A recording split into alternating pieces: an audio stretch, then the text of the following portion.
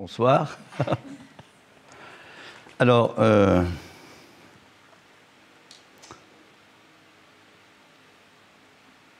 je vais essayer de vous parler. Vous parler, déjà. Donc, je ne lis pas un truc, je n'arrive pas avec un ordinateur et tout ça. Bon, voilà. Hein, puisque parler, c'est ça. Bon. Pourquoi parler? Parce que quand on parle, on peut se tromper. Hein, tous ceux qui ont l'expérience parmi vous d'être allés chez un psychanalyste savent que l'important, c'est quand on se trompe. Évidemment. C'est-à-dire quand quelque chose, soudainement, vient perturber ce que l'on pensait et ce que l'on pensait dire. Bon. Alors, c'est important parce que c'est assez rare. Je ne me jette pas spécialement des fleurs, mais j'ai dû constater que depuis que j'ai commencé à chanter du lyrique, chaque fois que je parlais en public, je parlais sans notes. C'est vrai, quand on chante de l'opéra, on est soliste, je suis ténor, eh bien, effectivement, on n'a pas le livret. Mais il se trouve que c'est comme ça que ça s'est passé, comme ça dans ma trajectoire. Bon. Et l'intérêt de tout ça, c'est que ce qui est en jeu chez chacun d'entre nous, qu'on le sache ou pas, ce qui est en jeu, c'est le fait que nous sommes déjà parlés avant d'être parlants. C'est-à-dire que lorsque nous arrivons dans ce monde qui, vous le voyez bien, est de plus en plus immonde, évidemment, du fait que ça ne date pas tout à fait d'aujourd'hui, mais quand même, ça s'accentue, mais je ne suis pas là pour parler de ça, hein. Du fait qu'il y a une réduction de plus en plus importante de la subjectivité. Alors, il faudrait définir la subjectivité, c'est quelque chose de compliqué, je ne vais pas trop définir les choses. Je vais essayer de vous dire des choses, et puis l'important, ce n'est pas de comprendre, c'est de prendre. C'est-à-dire de vous laisser aller à entendre quelque chose, et non pas comprendre. C'est-à-dire qu'on n'est pas à l'université, je n'ai pas quelque chose de précis à vous dire qui est défini, et pourtant, c'est défini. C'est quelque chose qui... Alors, j'y pense maintenant, vous voyez, j'y pense maintenant, je dis aussi bonjour et bonsoir à ceux qui iront m'écouter sur Internet, ou sur mon site, ou sur YouTube, par la même occasion. Et le fait de parler, pourquoi parler est quelque chose d'important? Parce que c'est comme ça, de façon tout à fait énigmatique, qu'est apporté, qu'est approché, ce que Freud n'a pas véritablement défini, ce que Lacan a commencé à définir, qui est ce qu'on appelle la voix comme objet petit a. La voix, ça n'est pas le sonore, c'est pas de l'audio, c'est pas l'audio, pour nous. C'est ce qui, alors que j'essaie de vous dire quelque chose, à la fois j'arrive pas à le dire, il y aura toujours un reste, un produit qui est un reste, d'une part, et puis c'est ce qui va permettre, plus ou moins, pour vous, pour moi, de par un processus qui s'appelle la métonymie, d'arriver plus ou moins à suivre ce que je suis en train de dire. Et vous voyez que l'important dans cette affaire, c'est qu'il y a autre chose que ce que je vous dis. Cette autre chose, on l'appelle depuis Lacan un dire.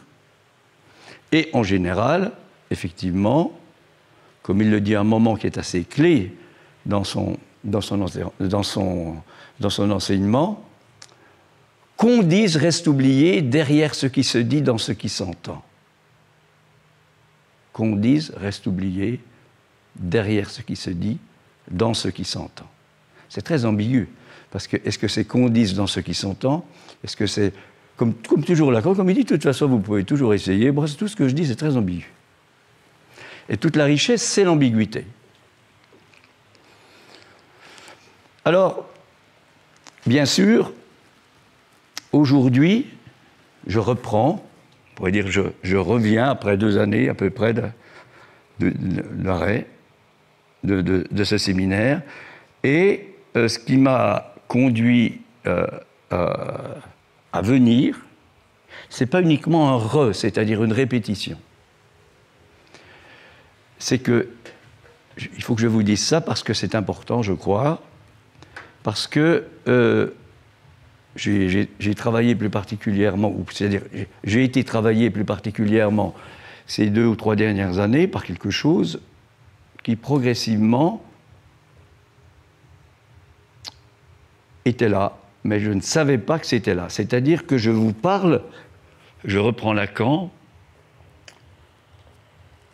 sur le fait que quand je parle, le je qui parle, il ne veut rien savoir de ce que je parle.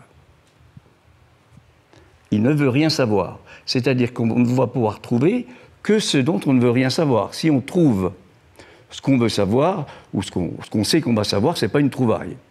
C'est de l'apprentissage. Hein? Donc, et là, d'emblée pointe un peu cette dimension d'où je pars, c'est l'expérience artistique et l'expérience psychanalytique. C'est-à-dire que ce sur quoi s'appuie l'expérience psychanalytique, c'est qu'effectivement, il y a un savoir que l'on ne sait pas qu'on sait, et c'est ça qui est important. Et c'est en parlant, et non en pensant, en parlant, que ce savoir risque d'apparaître. Mais ce savoir, ça n'est pas une connaissance. Vous savez que connaître, c'est une façon dans la Bible, on parle de ce qui se passe entre un homme et une femme, du rapport sexuel. C'est-à-dire que, habituellement, surtout dans le monde actuellement, on pourrait dire comme ça, qu'on cherche à faire un coït avec l'univers. Hein? On cherche un rapport sexuel avec un univers. Or, ce que démontre la psychanalyse, c'est que justement, ça, c'est pas possible. C'est un impossible. Autrement dit, la connaissance dont on a besoin, on en a eu besoin pour toutes sortes de choses, pour apprendre, pour avoir des diplômes, pour avoir une certaine place, bien sûr. Donc ça, c'est important.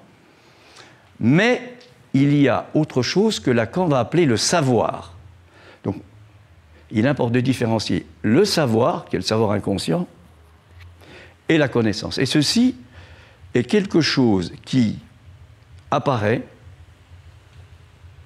lorsque l'idéalisme philosophique n'a plus de valeur, lorsque progressivement, on va dire, l'Église perd de sa valeur, c'est-à-dire au moment où apparaît la période des Lumières, et plus spécialement, ceci a été ramassé, c'est pas lui qui l'a fait, mais ceci a été ramassé dans une formule qu'on attribue à René Descartes, qui est « je pense, donc je suis », dans ses méditations. Et que, évidemment, les philosophes ont pu utiliser à leur façon, et que Lacan va reprendre. Lacan, j'insiste bien, comme je le mettais dans mon Lacan, lecteur de Freud, c'est très important, parce qu'on peut dire que Lacan, en quelque sorte, et là on s'oppose à toutes les critiques philosophiques qui peuvent fleurir à certains moments, hein, philosophe bien connu, là, on ne peut pas lire Freud finalement, bien sûr qu'on peut, toujours, hein, mais si on veut en tirer quelque chose, il faut effectivement avoir comme lui, avoir eu une certaine trajectoire. C'est-à-dire que ce n'est pas de la pensée, Freud, même si on peut y trouver de la pensée, c'est autre chose. Et celui qui va, en quelque sorte, effectivement, et là on a une chance en France, effectivement, celui qui va pouvoir faire un pas de ce qui est déjà dans Freud, mais que Freud ne savait pas qu'il savait, c'est Lacan. Freud ne savait pas qu'il savait, ça veut dire qu'il savait Freud, mais il ne savait pas qu'il savait. Hein? Et tout ceci pour arriver comme ça au fait que il y a quelque chose, donc je reviens là-dessus, il y a quelque chose qui nous précède, tous, et ce quelque chose, alors il a été pensé par des philosophes, notamment les philosophes allemands, Freud en parle en 1895 dans un écrit qui s'appelle « Esquisse d'une psychologie scientifique », qu'il envoie, parce que c'était, ça faisait partie de sa correspondance, qu'il envoie à Fliess. Et cet écrit, il ne va réapparaître qu'après sa mort. C'est que Freud ne voulait pas, en quelque sorte, qu'il soit comme les lettres à Fliess. Cet écrit va réapparaître, et il va réapparaître en France, traduit en anglais. Or, c'est ça. Or, Lacan, qui cite à peu près 12 000 fois Freud, a toujours, je ne sais pas bien quels étaient les rapports de Lacan avec la langue allemande, mais ils n'étaient pas extraordinaires, ce n'était pas comme avec l'anglais, par exemple. Mais il s'est toujours adressé à des traducteurs. Et chaque fois qu'il cite Freud, Lacan, quasiment, il le cite en allemand.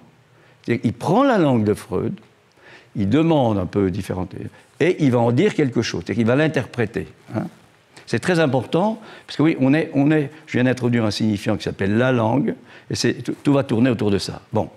Donc Freud élabore comme il peut, seul, c'est important, il est seul Freud, il arrive à faire ce qu'on appelle, bon, je ne crois pas que c'est une auto-analyse, mais enfin disons quelque chose avec, en écrivant donc avec un spécialiste au Torino, je crois, Fliess, qui s'intéressait aux relations entre le sexuel et le nez. Et ce qui est extraordinaire, c'est qu'il a pu avancer, ça montre un peu l'importance de celui qui parle, il a pu avancer quoi que l'autre lui ait répondu. Il a pu avancer, mais il n'a pas véritablement fait. C'est un mystère, ça. Il n'a pas pu faire une analyse puisqu'il était le premier. Il n'y avait pas d'analyste. Mais il a fait un travail important, et on pourrait dire que c'est important, effectivement, que Lacan ait pu, on va le dire comme ça, ait pu traduire en français l'inconscient, alors que Freud l'avait traduit ou interprété en allemand. C'est pour ça que Lacan prenait l'allemand.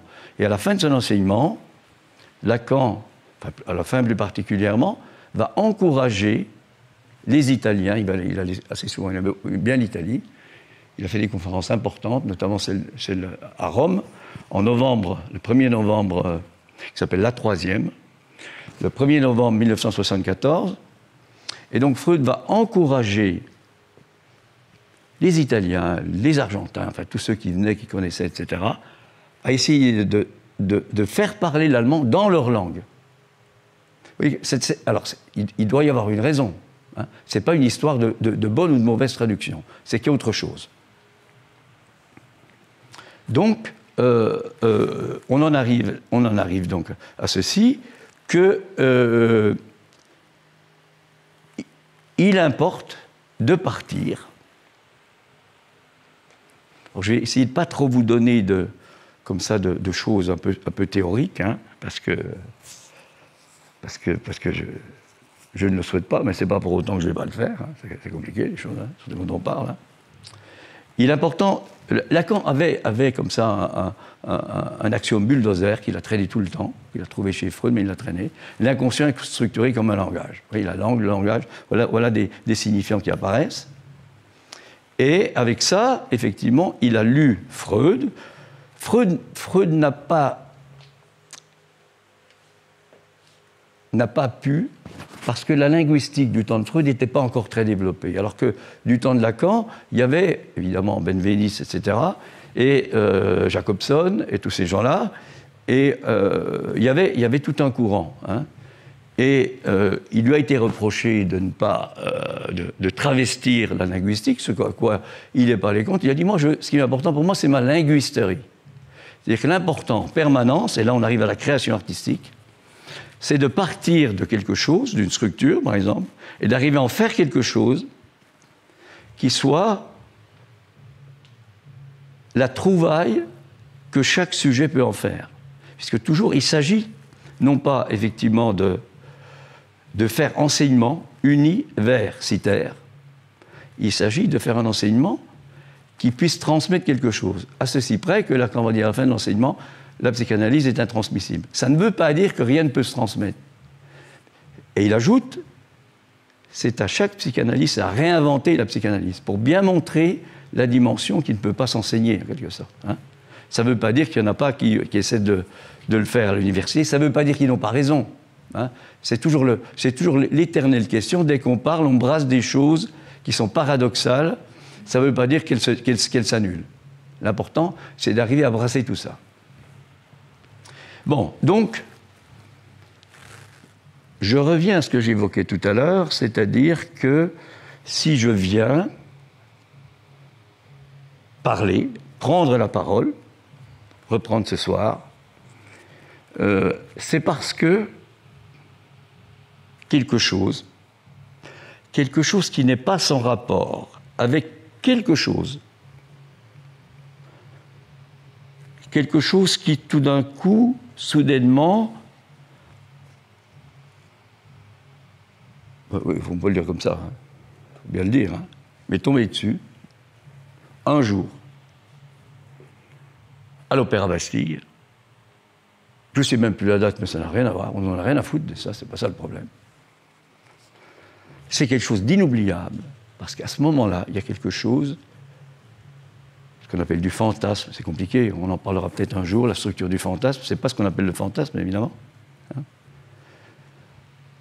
Il y a quelque chose qui s'est délité, un trouvaille, et qui a fait que, en écoutant ceci est apparu dans le final de Don Giovanni, en écoutant le cri de Don Juan, le cri c'est pas n'importe quoi, puisque c'est évidemment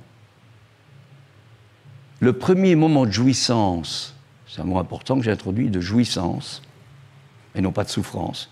Et pourtant, la jouissance, ça peut être la souffrance, qui est attendue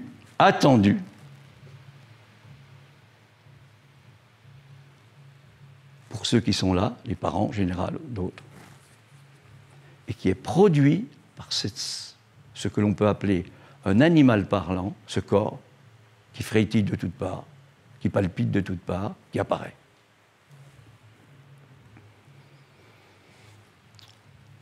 Et qui pose la question, alors bien sûr, hein, vous savez, je suis médecin, donc j'ai fait ma trajectoire, moi comme tout le monde, je suis passé par la connaissance, j'y ai cru longtemps. Hein.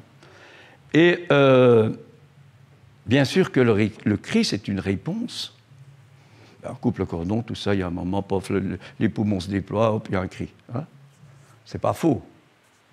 Mais ce que l'on peut dire aussi, c'est que, à un moment, c'est ça qui se passe quand on chante. Puisqu'on chante toujours, on ne se rend pas tellement compte quand on parle, mais quand on chante toujours évidemment sur l'expiration. Donc il y a le problème de l'inspiration, qui doit se faire d'une certaine façon. Le cri, c'est quelque chose qui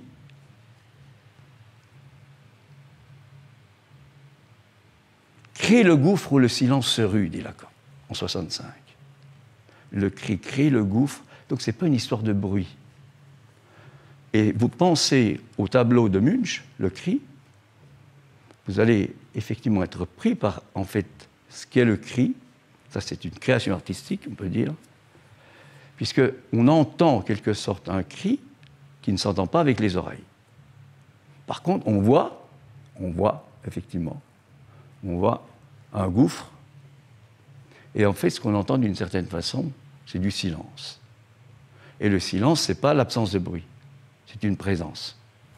Donc, tout ça pour dire un peu quelque chose de ce qui me fait revenir, c'est-à-dire le fait que quelque chose, comme en ce moment-là, comme un jour dans mon analyse, une interprétation qui s'est basée sur quelque chose absolument incompréhensible, pacha. Ce qui compte, ce n'était pas le pacha, c'était la coupure entre le pas et le chat. Et tout ça a tout fait apparaître quelque chose. Moi, je chantais, c'était un chat, un pacha. Vous connaissez ça, tout ça, la chanson, là. Hein, bon. Et je chantais ça sur le divan, évidemment. Hein. Et tout d'un coup, l'analyste, parce que j'en parlais depuis un moment, hein, me dit « pacha, stop ». Il y a quelque chose qu'on appelle... Il y a un effet de la structure qui fait que ce n'est plus comme avant. À partir de ce moment-là, la ligne du conditionnement psychique inconscient, de la naissance à la mort, qui est à peu près, on pourrait la figurer à peu près horizontale comme ça, à ce moment-là, il y a un arrêt, ce qu'on appelle la contingence. Ce qui ne cessait pas de s'écrire cesse, et à ce moment-là, on part ailleurs. Et je suppose que c'est ça la création artistique, c'est quand quelque chose cesse et qu'on est aspiré. Alors ça cesse parce qu'il y a quelque chose de... Je reviens de la structure du fantasme qui a disparu, ou qui ne tient plus, qui s'est défait, mais immédiatement ça se refait, évidemment, parce qu'on ne peut pas rester comme ça. Hein. On est dans un moment quasiment psychotique à ce moment-là. Hein. Lacan appelle ça le maniaco-dépressif, la fin de l'analyse. En fait, tout ça. Bon, on en parlera peut-être, hein. Mais il y a quelque chose à ce moment-là qui fait que on est poussé, c'est même pas poussé, c'est pas le mot poussé, on est aspiré. On est aspiré par quoi? Ben par rien, par le fait que j'en sais rien du tout, mais de toute façon on est aspiré, voilà.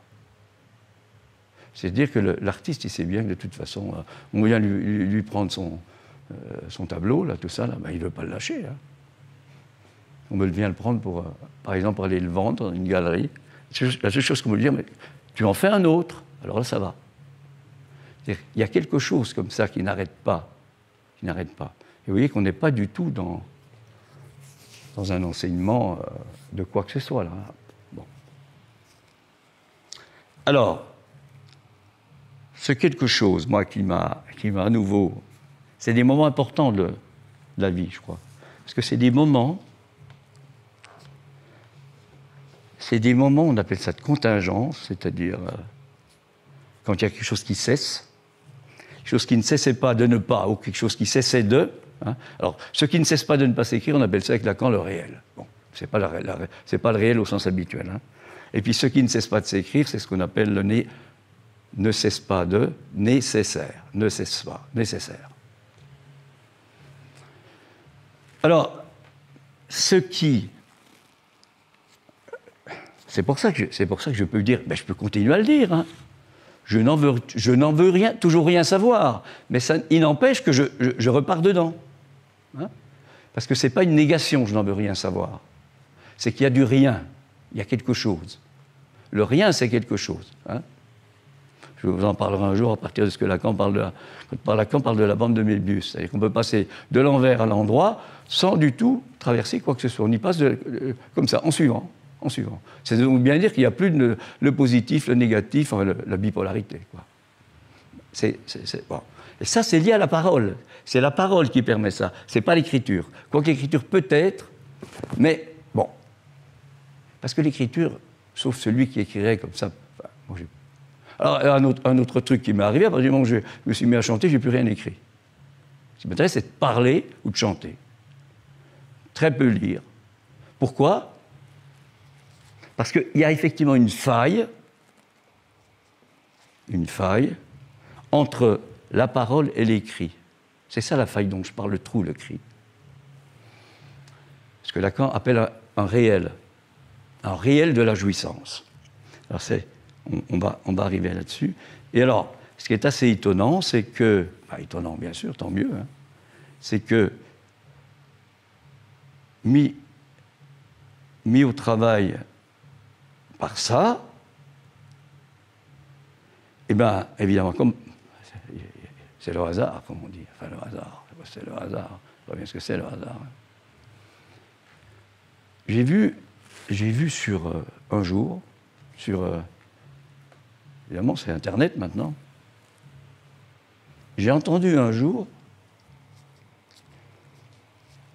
Patrick Vallas parler, pas de ça. J'étais en plein dedans, moi, il parlait de ça. Et j'ai vu qu'il parlait de ça depuis pas mal de temps. Et du coup, donc, je me suis rapproché de lui, puis je suis venu à ses séminaires. Et ce qu'il peut dire, ça, je vous invite un peu à aller voir ça, hein, puisque tout est sur YouTube maintenant, c'est que il dit il reprend ce que Lacan dit le 3 juin 1964, à la fin du séminaire que son gendre a appelé les 4 concepts fondamentaux, et que Lacan voulait appeler les fondements de la psychanalyse, 4 concepts fondamentaux. Pourquoi ? Parce qu'il n'y a pas de concept dans la psychanalyse. j'arrête pas de vous le dire, là. On ne peut pas prendre quelque chose dans la main. Hein. Concipere, c'est prendre dans la main. Hein. On prend, on saisit. Hein. Il n'y a pas de concept. Bon. Pas pourquoi? Parce qu'il y a le réel. Voilà. Bon. Ça n'empêche pas d'essayer de parler, ce n'est pas le problème. Bon. Donc, Patrick Vallas a pris, qui suivait régulièrement, qui enregistrait les séminaires de Lacan, qui est en analyse, il le dit, c'est pour ça que je peux le dire, lui dans son séminaire, qui est en analyse et ensuite en contrôle chez Lacan, ce qui n'a pas été mon cas, eh bien, après, elle allait de ça, ce que Lacan dit ce jour-là, à un moment, en parlant des psychanalystes, puisque Lacan s'adresse aux psychanalystes, toujours dans les séminaires, pas moyen de me suivre sans passer par mes signifiants. Voilà. Pas moyen de me suivre sans passer par mes signifiants. Ce n'est pas la signification, le signifiant. Lacan, au début, part un peu de ça. Des débuts il y a d'un côté le signifiant, d'un côté le signifié. Hein. C'est les éléments de la linguistique. Mais très rapidement, il va garder uniquement, non pas le signifié, mais le signifiant. Pourquoi? Parce que ça va lui permettre de définir, bien qu'il n'y ait pas de définition, mais de parler. Il va définir le signifiant et ce qu'on appelle le sujet, en sachant qu'il n'y a pas de théorie du sujet chez Lacan. Voilà. Alors, la formule que tout le monde, que vous connaissez peut-être, ou sans doute, c'est le signifiant représente le sujet pour un autre signifiant. Pas de tableau. Ça, je demande un tableau la prochaine fois. Ouais. Le signifiant présente le sujet pour un autre signifiant, qui ne le représente pas. Avec ça, on est loin de toute signification. Hein. Et donc, trouvant ça m'a permis effectivement d'arriver comme ça à placer un certain nombre de choses et arriver à m'approcher de ce que je ne savais pas, que je savais et qui me permettait un peu de l'élaborer, c'est le rapport à la jouissance, le rapport du corps à la jouissance. Alors je vais dire un mot là-dessus, et ça m'amène effectivement, on pourra le mettre sur l'enregistrement. Patrick Vallas aussi le met sur son site, et c'est à partir de son site que j'ai pris la vidéo, mais vous trouvez ça sur Internet. Que se passe-t-il, je l'ai évoqué tout à l'heure, que se passe-t-il chez chacun d'entre nous, mais de façon chaque fois singulière. Hein. C'est ça qui nous oppose aux neurosciences. Les neurosciences, ça définit quelque chose qui est valable pour tout le monde. Hein, ce qui fait que, on revue des trucs, c'est pas possible, ce qu'on peut voir. Hein, bon.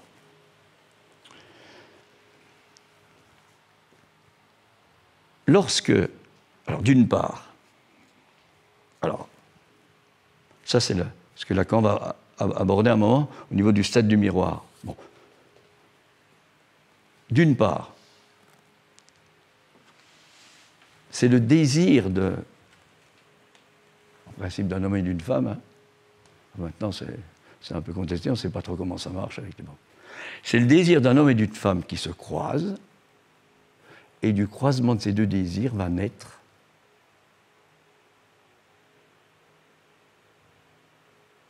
la possibilité d'un enfant désiré. C'est compliqué le désir. Hein. Au début, on confondait évidemment le désir et le fantasme, c'est-à-dire qu'on pensait qu'il y avait un objet du désir. Puis après, on a dit que c'est un objet cause, donc c'est plus un objet. Hein. Et puis à la fin, là, quand on dit le désir, on ne peut pas le définir. Voilà. On ne peut pas le définir. Et puis on a horreur de ça en général. Bon. Alors, c'est donc le croisement du désir des parents. Ça, il faut que ça soit énigmatique. Sinon, alors là, on rentre dans les neurosciences, si vous voulez. Hein. Bon. Donc, le désir, alors de ceux qui vont devenir les parents, mais qui ne sont pas que des géniteurs. Voilà la différence. Puisque justement, c'est ça la question. Si c'est que des géniteurs, c'est-à-dire uniquement un apport de chromosomes, hein, eh ben ça peut ne pas marcher. Autrement dit, vous voyez qu'on est suspendu. C'est des hypothèses, mais c'est pas des hypothèses qui sont pourquoi? Comment dire? qui ne valent rien. Pourquoi ? Parce que c'est des choses qu'on trouve dans la clinique. C'est-à-dire que tout ce que un psychanalyste qui parle peut avoir à dire, logiquement, c'est ça que dit Lacan. S'il invite chaque psychanalyste, parce qu'il n'y a pas de transmission, à réinventer la psychanalyse à sa façon, de façon singulière, hein, c'est ça qui est en jeu, hein, c'est parce que, justement, il n'y a pas comme ça de règles particulières, on ne pourra jamais définir quelque chose qui sera valable pour tout le monde, d'une part, et puis d'autre part, que chaque être parlant est singulier. Est singulier, tout à fait. Et chaque être parlant, ça va être... Alors Lacan va partir dans beaucoup de choses pour y arriver. Hein. Il va d'abord définir quelque chose qui s'appelle le grade du désir, etc. Après, il va passer à autre chose. On pourra peut-être y venir. C'est-à-dire que Lacan, lui, il fonctionne un peu comme un logicien. C'est ça qu'il dit. Il dit, moi, je ne cherche pas à être original, hein. Je cherche à être... Il suit une logique. Et à un moment, il se rend compte que cette logique est le but. Donc il laisse tomber, puis il repart sur une autre. C'est comme ça qu'il va arriver. C'est un artiste, c'est ça un artiste. Hein. Il va arriver à la fin ce qu'on appelle le neuboroméen. Bon. Le neuboroméen, on pourrait dire, c'est la trouvaille. C'est la trouvaille de Lacan.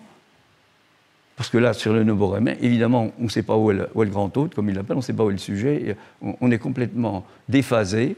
C'est seulement, hein, c'est les îles Borromée ou Iosel, en Italie, là, c'est donc 3 familles là, qui s'unissent, et il faut qu'elles restent nouées ensemble, sinon, eh ben, tout peut leur arriver. Donc il faut qu'elles restent... Alors c'est ça. Le Borroméen, c'est que les trois bouts de ficelle, comme dit Lacan, les 3 bouts de ficelle sont noués de telle façon que ça tient ensemble. Et c'est pas facile. Et s'il y en a une qui est coupée, les 2 autres ne tiennent plus. Alors, ces 3, c'est réel, symbolique, imaginaire. On y reviendra. Alors, l'important, donc, c'est la trajectoire de Lacan. Hein. L'important, c'est ça. Ce qui fait qu'on pourrait dire, si on dit Lacan dit, il faudrait dire à peu près dans quel contexte, dans quel cadre, comme Freud, d'ailleurs, c'est pareil, hein, comme chez tout le monde. Hein, dans quel cadre, qu'est-ce qui, à ce moment-là, l'animait? Évidemment, c'est ce qui n'est pas dit, parce que c'est compliqué, hein, cette affaire-là. Bon. Et donc, alors je vais revenir à ce que je disais tout à l'heure, il faut quand même que je revienne un petit peu à ce que je me rends compte que j'arrête pas de le fuir, donc ça doit être important. Évidemment. C'est ça l'intérêt de la parole, c'est qu'on se rend compte qu'effectivement, parce que si je vous lisais quelque chose devant un ordinateur, les psychanalystes, ils font ça, faut pas croire. Hein. Eh bien, je rate. C'est raté, voilà, c'est raté. Le fait que quelque chose peut passer, quelque chose d'autre peut passer. Bon, donc, je reviens. Donc, le désir des parents, qui sont plus que des géniteurs.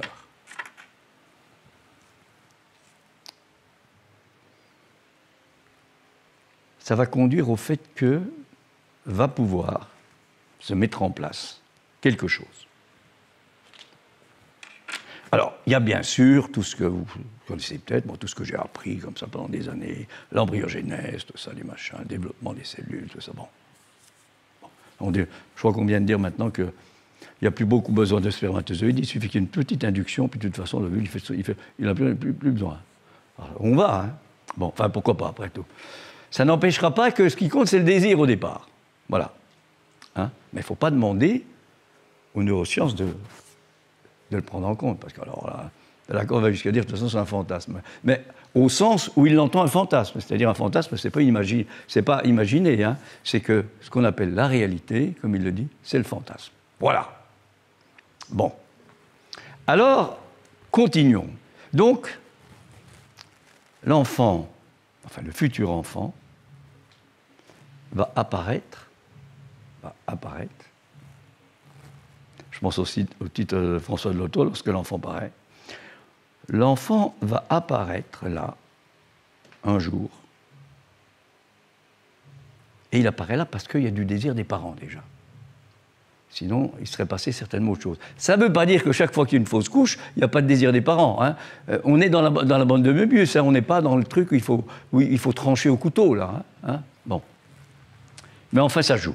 Bon. Et le désir des parents en question, c'est pas « je désire avoir un enfant ». Ça, c'est pas du tout, c'est un vœu pieux. Qui fait que, d'ailleurs, ça peut très bien, justement, pas marcher. Bon. Donc, cette chose mystérieuse qui est le désir va permettre que soit organisé, c'est ça l'organisme, ce quelque chose qui va apparaître un jour. Alors maintenant, on sait beaucoup de choses avant, c'est bête, hein.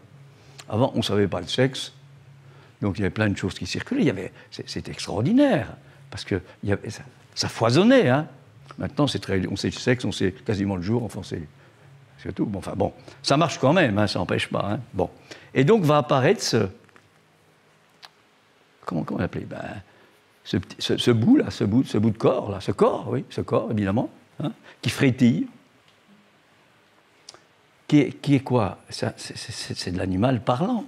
On est tous des animaux parlants, ce qui nous différencie des animaux qui ne sont pas parlants. Hein. Et ça, c'est unique. Pourquoi? Bon.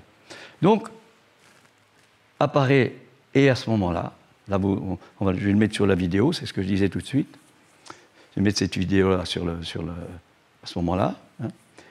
Et à ce moment-là, la première apparaît. Alors c'est quoi ce petit truc-là? On pourrait dire, c'est ce qu'on appelle le réel du corps. C'est la jouissance. C'est de la jouissance à l'état pur, brut.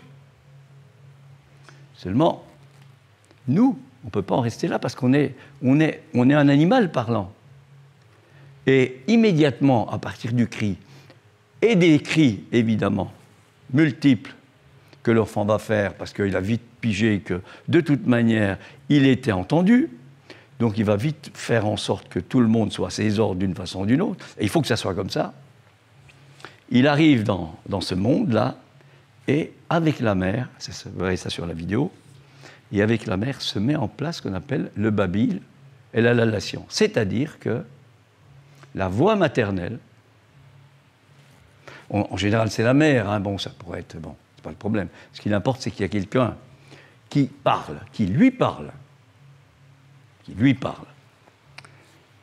C'est qu'avant il était parlé, nous sommes tous parlés, hein, et Dieu sait si ça va produire des effets, c'est ce qu'on va trouver dans une psychanalyse au niveau de signifiant, c'est-à-dire de ce qu'on appelle la position de l'être lié au signifiant, qui est différent de l'être lié à la jouissance. Bon. Donc, à ce moment-là, la mère se met à développer avec lui quelque chose qui est hors signification.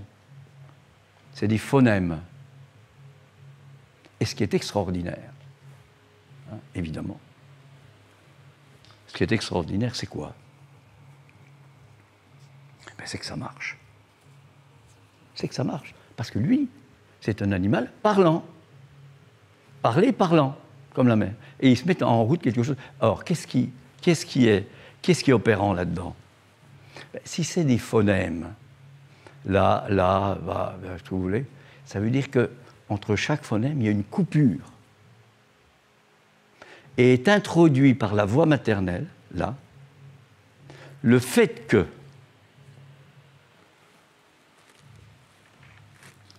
ce qui est important quand je parle, quand je chante, dans la musique, ça s'appelle le silence, mais ce n'est pas un silence du tout, parce que dans le silence en musique, on continue à entendre la musique. Hein, c'est pareil quand on chante, c'est pareil quand on parle. Il y a quelque chose qui va ordonner, organiser cette jouissance importante, extraordinaire, qui est ce corps de l'enfant, ce corps. C'est-à-dire que la parole maternelle va creuser un sillon dans ce corps de l'enfant, son enfant. L'enfant C'est ce que l'enfant va évidemment percevoir. La mère ne sait pas qu'elle fait ça, mais c'est pas. Je vous ai bien expliqué au début que l'important, c'est pas ce qu'on sait. C'est ce qu'on ne sait pas qu'on sait. L'enfant va recevoir de façon, on pourrait dire, miraculeuse, énigmatique, le fait que cette jouissance, elle peut être, alors, elle peut être organisée, elle peut être colonisée, comme dit Lacan. Et il va y avoir un prélèvement sur cette jouissance de départ, jouissance primaire, on pourrait dire, prélèvement qui va être la jouissance de l'enfant, qui va être liée à la parole. À la parole. C'est pour ça que la parole est importante. Alors, au début, évidemment, ça se passe entre lui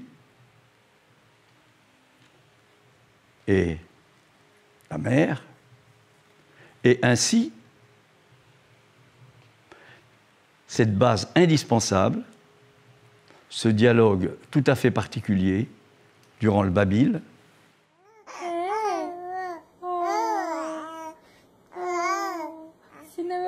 le papaye. Le papaye.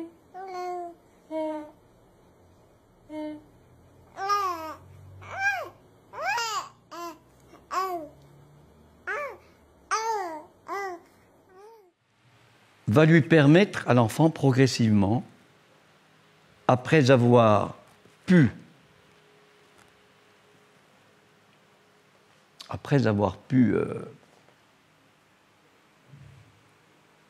reconnaître, c'est pas tellement la connaissance, mais après avoir, c'est plutôt comme ça, oui, c'est pas la connaissance. La connaissance, j'ai toujours un peu l'idée, moi, du coït, l'histoire du... coït, ça veut dire quoi? Ça veut dire qu'on peut faire un avec l'autre, quoi, c'est tout. Vous savez bien que ça marche pas beaucoup, hein. Bon. Puis quand ça marche, on en crève, alors c'est bien. Le problème, c'est comment on fait avec l'autre, c'est pas de faire fusion, hein. Bon. Alors, Lacan parle, je crois, Vallas reprend bien ça, hein, il parle d'une imprégnation. Voilà. C'est-à-dire que, c'est ce que je vous disais tout à l'heure, il ne s'agit pas d'apprendre en un seul mot, il s'agit d'apprendre en deux mots, c'est-à-dire de prendre quelque chose. Comme on prend la parole, c'est dans la langue française, ça, hein. On prend la parole, c'est pas la parole, c'est pas quelqu'un qui nous la donne, on la prend pas. Hein. Et donc, ce quelque chose-là qui se... Je crois que c'est ça. Je crois que c'est ça, à mon avis. Enfin, il faudra un petit peu que je remette ça au boulot, hein, quand même, hein, parce que, bon, je crois que c'est ça qui se passe à l'opéra. Pour moi, c'est un peu ça le truc. Ce moment-là, plus particulièrement parce que, je ne sais plus qui a parlé, c'est un philosophe, là, bon, ça ne me revient pas, qui a parlé d'une symphonie maternelle, ou un truc comme ça. C'est pas une symphonie, enfin, bon, ça va me revenir tout à l'heure. Bon. Il y a quelque chose là qui est lié, et c'est tellement vrai que, bon, je saute, mais c'est normal, je suis un peu ce qui me vient à l'esprit. C'est tellement vrai que ce qui est important après, dans l'interprétation, dans le transfert, comme on dit, dans la cure, ce qui fait interprétation, évidemment, c'est pas le sens, c'est pas les significations, parce que plus on en rajoute, plus on entretient le symptôme. Hein. Là, quand on parle d'une jouissance ruineuse, parce que le symptôme, il y a une jouissance, etc. Il faut que la jouissance change. Bon. Et donc, ce qui est important, c'est que dans ce moment-là, où les deux animaux parlants, on va les appeler comme ça, parce que c'est quand même ça qui est en jeu, hein, la mère, elle parle avec son corps. Là, hein, c'est le corps, la mère, le corps. Alors, qu'est-ce que c'est que le corps? C'est ça la question. Alors moi, évidemment, vous savez, j'ai appris tout ça, vous savez aussi, le corps, c'est l'organisme. Hein. C'est vrai. Pour apprendre à chanter, il faut quand même avoir ce qu'il faut, le larynx, puis il faut apprendre la technique, tout ça. Mais c'est pas ça qui est en jeu quand on chante, enfin pour moi, de l'opéra, même si on n'arrête pas de le dire partout. Hein. C'est autre chose. Hein. C'est qu'on essaie de faire, de chanter quelque chose, comme les poètes chinois, quand ils écrivaient une poésie, qu'est-ce qu'ils font? Comment ils l'interprètent? Ils ne la lisent pas, ils la chantent. C'est quand même pas rien, ça. Bon. Alors, ainsi, dans ce chant, hein, le chant, C-H-A-M-P, mais hein, le chant, C-H-A-N-T. Dans ce chant particulier, l'enfant se laisse imprégner par le fait qu'il y a autre chose, progressivement, il y a autre chose, on est tous passés par là, évidemment. Évidemment, on ne s'en souvient pas, évidemment, parce que ça... Hein, il y a que s'il arrive un truc comme ça dans notre vie un jour, que bon, se laisse imprégner par le fait que les phonèmes, les la, qui va devenir progressivement les syllabes, les phonèmes sont en fait à la fois chargés de jouissance et qu'entre les phonèmes, il y a quelque chose qui est quoi? Qui est ce qu'on appelle l'objet, petit a, qui est un être de jouissance. Autrement dit, on a là quasiment le signifiant, l'être du signifiant au niveau des phonèmes, qui est un être de jouissance, et puis autre chose qui est produit. Alors la jouissance apportée par le signifiant, elle est apportée avec le signifiant, et quelque chose qui est créé, produit, qui est cet être de jouissance. Ce que, évidemment, Lacan va prendre chez Marx, hein, c'est la mer verte, la plus-value, hein, en disant que Marx il s'est tracassé, il s'est cassé la tête, etc. Tout ça. C'est vrai.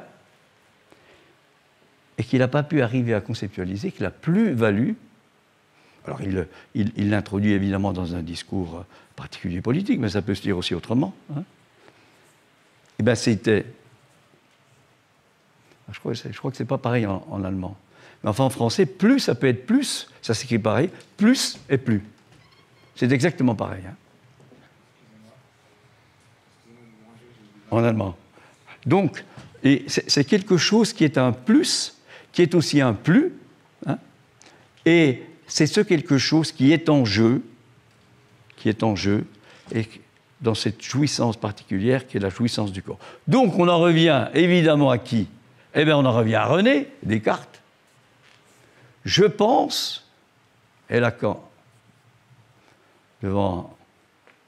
à Rome, devant un auditoire très important, le 1er novembre 1974, dit « Je pense, donc, se jouit ». Voilà. Voilà l'interprétation. Il va faire toute une... Il va revenir là-dessus sur le latin, le passage du sum au fouillis, etc. Enfin, toutes sortes de choses. Bon. Mais ça veut dire qu'il y a chez Descartes, j'insiste bien, c'est pas spécialement Descartes. Descartes, il était dans un contexte, c'est le début du XVIIe, hein, c'est particulier. D'ailleurs, Descartes, il a eu la trouille, il a fallu qu'il parte, hein, parce que dès qu'on sort des trucs qui ne marchaient plus, à ce moment-là, hein, il y avait l'Église, hein, il fallait foutre le camp. Hein, il est parti, je crois que c'est en Suède, je ne sais pas où. Là. Hein. Bon, parce qu'autrement, ben, ça allait vite. Hein. Bon. C'est comme dès qu'on s'est rendu compte que ben, finalement la gravitation, ce n'était pas tout à fait ce qu'on pensait, c'est-à-dire que l'héliocentrisme, ben voilà, hein, bon. Hein. Bon. C'était des périodes quand même particulières, et donc la science, on pourrait dire la science moderne, elle va se développer à partir de là. Alors je reviens à ce moment-là, hein, très particulier, important, très particulier, où ce petit animal parlant et ce plus grand animal parlant qui est la mer, parce qu'il parle, et parce que la parole est un lieu de vérité très particulier. Lieu de vérité, ça ne veut pas dire du tout qu'elle dit le vrai. Ça veut dire qu'il y a quelque chose de vrai dans la parole, et qu'elle est d'autant plus vraie qu'elle est trompeuse ou menteuse. Hein? Épiménide le Crétois, quand je dis je mens, est-ce que je mens ou est-ce que je dis vrai? Vous voyez que c'est pas... C'était le Crétois, la Crète, hein, ça nous emmène loin, cette affaire-là. Hein. Bon. Autrement dit, l'enfant donc va, de par ces coupures, être imprégné par le fait qu'il y a autre chose que de la signification, et il va pouvoir rentrer comme ça, évidemment, dans dans l'idiome, donc qui était l'idiome de la mer, là, du Babil, puis après ce sera l'idiome de la famille, hein, puis après ce sera l'idiome de la cité, puis après ce sera l'idiome de la nation, puis il y a d'autres. Mais alors, progressivement, il acquiert effectivement tout ça. Et alors, ce qui est assez extraordinaire, c'est qu'au départ, si vous voulez, alors je reviens un peu à l'opéra, là. Pourquoi je reviens à l'opéra? Enfin, aux chanteurs d'opéra, parce que quand vous chantez, surtout si vous êtes soprano ténor, bien sûr, quand vous chantez des aigus, évidemment, si vous chantez un A, eh ben, c'est pas du tout un A que vous chantez un O. Et puis celui qui entend, il entend un A. Ce que je veux dire, c'est qu'on voit bien que là, au niveau du sens, il y a autre chose dans la parole. Hein? Bon. Alors, ce qui est en jeu, c'est que, donc, progressivement, alors je reviens sur le point de départ, ce que j'appelle un peu le moment opératique, là, le début, là, le Babil, là. Hein. Si vous m'entendez raconter des trucs comme ça, les grands spécialistes de l'opéra, je ne crois pas qu'ils seraient bien. Bon, enfin, on s'en fout, hein, on n'est pas là on est là pour un petit peu avancer. Bon, eh bien, ce moment-là, ce moment particulier, tout à fait important, là, du début, hein, ce moment où on est dans ce qu'on va appeler la pure signifiance. C'est-à-dire, ce n'est pas du son, même s'il y a du son. Hein. C'est autre chose, c'est une pure jouissance particulière. Hein. Eh bien, ce moment-là, c'est quelque chose qui se fait, vous voyez, au début. Ça veut dire quoi? Ça veut dire que quand l'enfant est imprégné, il est imprégné par la totalité quasiment des sons. Et après, il va se développer en ne gardant que les sons de sa langue maternelle. Ce qui fait qu'après, il va falloir qu'il se débrouille s'il apprend une autre langue. C'est important. Ça veut dire qu'au départ, si on peut parler de départ, je ne sais pas combien de fois je dis le départ, parce qu'il faut bien... quand ça commence, ce truc-là, hein, eh bien, vous voyez, on est accessible à tout. Et après, il faudra qu'on revienne là-dessus. Donc ça montre l'importance de ce moment, à tous les niveaux. Alors on peut faire des hypothèses, on peut dire que l'autisme, c'est peut-être ça, c'est peut-être que ça déconne là. C'est pas de la faute de la mère, hein, faut pas croire. Hein. Ce que j'essaie de vous dire, c'est que c'est pas un truc volontaire. Hein. On a accusé, notamment les psychanalystes l'ont fait, ça, hein, plus ou moins. Les mères d'autistes, elles font comme elles peuvent. Hein, je veux dire, on n'en sait strictement rien. Ce qui fait que ça marche pas bien, ce truc-là. On ne sait pas pourquoi. Hein. Bah oui, parce que justement, pourquoi? Parce qu'il y a de l'impossible. Tout n'est pas possible. Il y a des choses qui nous échappent complètement. Et donc, on peut pas aller au-delà de ça. Hein. Et qu'est-ce que je pourrais encore dire ce soir? J'en ai déjà dit pas mal. Mais ça me permet de vous dire que de toute façon, ce que je dis là, je vais revenir dessus. Hein. C'est évident. Parce qu'on parle toujours des mêmes choses. Ceux qui sont sur un divan le savent. Hein. On parle toujours des mêmes trucs. Hein. Pourquoi? Parce qu'il y a ce qu'on appelle das Ding, la chose insaisissable. Alors, il y a des mythes là-dessus. Hein. Diane et Actéon, là. Actéon, lui... Enfin, c'est pareil, c'est un mythe, mais ça vaut le coup de le dire quand même. Hein. Actéon, c'est Artémis, hein, c'est les mêmes. Hein. Eh bien, Actéon, il n'a pas eu de veine parce que, d'après le mythe, il a été bouffé par ses chiens. Pourquoi? Parce que Diane, la déesse, a pensé, vrai ou faux, mais là on n'est pas dans la parole justement, on est dans la pensée, hein, a pensé qu'il l'avait vue nue. Impossible de l'avoir nue. Donc, elle a déchaîné le truc, et puis ses chiens, évidemment, ne l'ont pas reconnu, l'ont bouffé. Alors ça donne un peu une idée de ce qui se passe dans une psychanalyse, parce que c'est ça qui est en jeu, cette quête comme ça de quelque chose. Ça s'appelle la chose. Hein, je vous en ai parlé tout au début à propos de l'esquisse, et Freud reprend ça aussi en 1925 dans un article qui s'appelle La dénégation. Eh bien, ce quelque chose-là de particulier, cette chose, hein, qu'on dit, ça, je dis toujours les mêmes choses. Ben oui, et c'est exactement ça. Continuez à dire les mêmes choses parce qu'il y a la chose. Le mot, c'est le mot chose en tant que signifiant qui est important. C'est pas la signification. Continuez. C'est parfait. Toujours la même. Oui. Il n'y a même pas à ajouter que c'est normal. Continuez. Bon. Et donc ça. Donc voilà. Donc nous sommes poussés, aspirés depuis ce moment-là. vers la quête de quoi? Justement de ce qu'il y a dans la coupure, là. Cette jouissance-là. Diane, elle n'était pas bête du tout, hein, d'une certaine manière. Hein. Elle avait bien compris qu'il y avait un truc là, dans la jouissance qui renvoie, en en parlant un petit peu, à ce qu'on appelle la jouissance féminine, qui est particulière, parce qu'avec la on va distinguer la jouissance phallique, la jouissance féminine, la jouissance autrement, etc. Bon, on verra ça. Hein.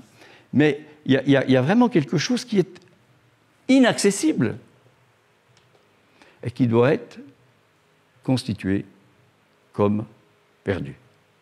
Ça ne veut pas dire qu'elle n'existe pas, peut-être qu'elle soit perdue.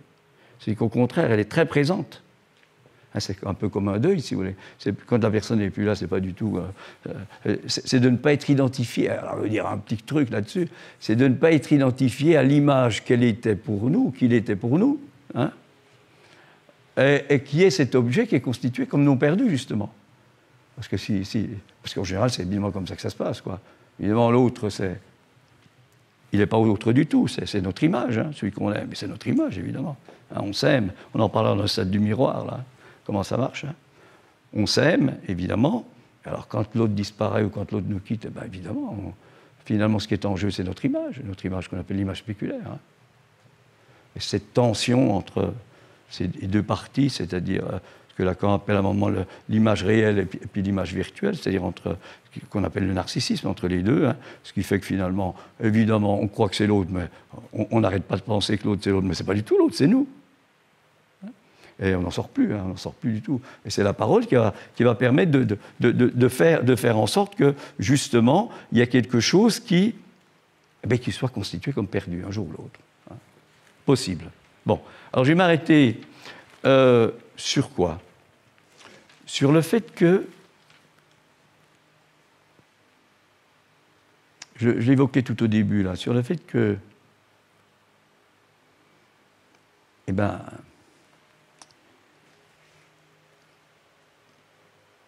qu'on le veuille ou non, c'est comme ça que ça marche. Hein. On discutait avec un taxi qui m'a amené là, m'expliquer un peu. Finalement, on ne peut pas dire que ça s'arrange bien, cette affaire, hein, le monde actuellement. Hein. Et il y a ce qu'on appelle tout le travail de Marx, sur le discours capitaliste, là, qui fait que il n'y a pas de raison que ça ne continue pas. Hein. Au contraire, tout est en place. Le sujet de la libre entreprise est tout le bastringue, c'est-à-dire celui qui commande au signifiant. Il n'y a plus de rapport au signifiant. Quasiment plus. Et puis, il y a quelque chose, il faut bien qu'on... Ils attaquent beaucoup les psychanalystes, d'ailleurs. Enfin, la psychanalyse, ils s'en foutent, la psychanalyse, elle n'a rien à prouver. Hein. Elle dure depuis 120 ans, c'est pas... Alors, de toute façon, moi, je pense que c'est un patrimoine, la psychanalyse, parce que depuis 100 ans, ça a produit beaucoup de changements dans la vie de beaucoup de gens. Et ça, jamais on l'appréciera. On ne peut pas l'apprécier. Bon. Et donc, lorsque Lacan, qui avait accepté d'être interviewé, je pense que c'est son gendre, Jacques-Alain Miller, qui avait dû un peu pousser ça, par France Culture, là. Pourquoi? Parce qu'à ce moment-là, il y avait un congrès. Vous savez que l'histoire de Lacan, c'est pareil, c'est pas rien. Hein. Excommunié, comme il dit, de la psychanalyse, de l'IPA, de la structure internationale. En 59, il voulait revenir dedans. En 64, il n'y a pas eu le nombre de votes voulus, etc. Les psychanalystes, c'est des loulous. Hein. On constate quand on a fait une psychanalyse, c'est quand même qu'on est une ordure. Hein. Bon, hein. Déjà. Hein. On n'est pas du tout ce qu'on imaginait. C'est pour ça qu'on l'imaginait. Hein. Enfin, le fait de se rendre compte qu'on est une ordure, ça veut dire qu'on peut accéder à autre chose. Mais tant qu'on n'y a pas accédé à ça, bon. Ordure, hein, c'est pas non plus... Hein. Il y a le mot hors dedans, hein, c'est pas non plus quelque chose dont on ne veut pas comme ça. Hein. Bon. Mais ce qui est important, et c'est un peu ce que je cite là au début, je pense que vous avez eu cet argument-là, parce que j'en ai fait plusieurs. La grande énigme, je trouve, il faut que ça reste à l'état d'énigme, là.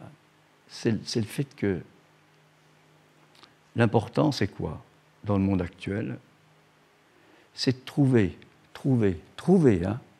La trouvaille, ça nécessite une trajectoire. C'est de trouver la jouissance qu'il faut pour que l'histoire continue. On pourrait dire pour que la vie continue, mais pour que l'histoire, parce qu'on ne sait pas où on va, hein, pour que l'histoire continue.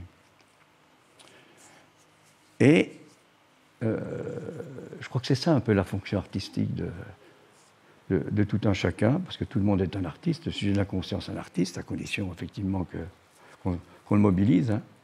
Et par exemple, et je vais finir là-dessus, la façon dont Lacan introduit ça, bon, vous avez tous des notions plus ou moins développées psychologiques, bon. Vous savez, au début, là, Freud, Édipe, tout ça, là, bon, d'une part, il faut le temps qu'il se rende compte, Freud, que la séduction des pères qu'il n'arrête pas d'entendre ou qu'il imagine, ben c'est son fantasme, puisqu'il fait un rêve, etc. Il trouve ça. Et puis après, par le biais de l'Édipe, qu'est-ce qu'on va dire? On va dire, ben, jouir de la mère, et le jouir de la mère, c'est interdit. Et la loi, elle est du côté du père. Seulement, Freud, il fait un autre mythe en 1913. Il reprend et il élabore le mythe de la horde primitive. Et alors que le premier mythe de l'Édipe, ça vous le connaissez, hein, c'est que ça veut dire quoi? Ça veut dire que les mères, quand même, il ne faut quand même pas exagérer, hein, c'est elles qui perturbent. Hein. Mais ce que je viens de vous dire à propos de la loi maternelle, c'est exactement l'inverse. C'est que c'est les mères, ce qui va faire dire à un moment que c'est l'ensemble des femmes. Alors, dans le moment politique où on est là, c'est l'ensemble des femmes qui créent les langues. Ce n'est pas les mecs, ce n'est pas les hommes. Parce que les hommes, ils sont dans un truc, la dimension du tout. Enfin, on prendra tout ça une autre fois. Hein. Donc je vous laisse là-dessus. À savoir l'importance, effectivement, de cette mise en question de ce qu'on appelle l'Édipe, hein, habituellement, au niveau des géniteurs, là, qui sont le désir des parents, et que finalement, ce qui est important, c'est la mère. Après tout, le père, il faut qu'il soit là, mais ce n'est pas du tout comme ça que ça marche. Hein. Ce qui fait que Lacan, il a parlé du signifiant du nom du père. Hein. Bon. Voilà. Donc l'important, effectivement, c'est la voix maternelle. Voilà, je vais m'arrêter là-dessus, aujourd'hui.